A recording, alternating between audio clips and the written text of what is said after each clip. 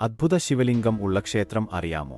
ഹിമാചൽ പ്രദേശിലെ കുഴു താഴ്വരയിലുള്ള കഷാവരി ഗ്രാമത്തിലാണ് ബിജ്ലി മഹാദേവ് ക്ഷേത്രം സ്ഥിതി ചെയ്യുന്നത്. കടൽ നിരപ്പിൽ നിന്ന് ഈ ക്ഷേത്രം 2460 മീറ്റർ ഉയരത്തിലാണ്.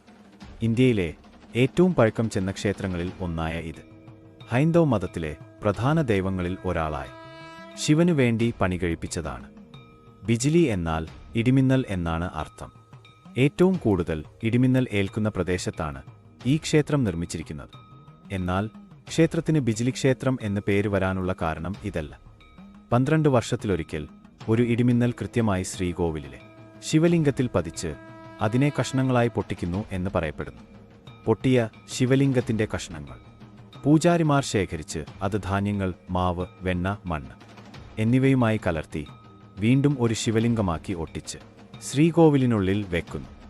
കുറച്ചു ദിവസങ്ങൾക്ക് ശേഷം ആ ലിംഗം യാതൊരു കേടുപാടും കൂടാതെ അതിൻ്റെ പഴയ അവസ്ഥയിലേക്ക് തിരികെ വരും.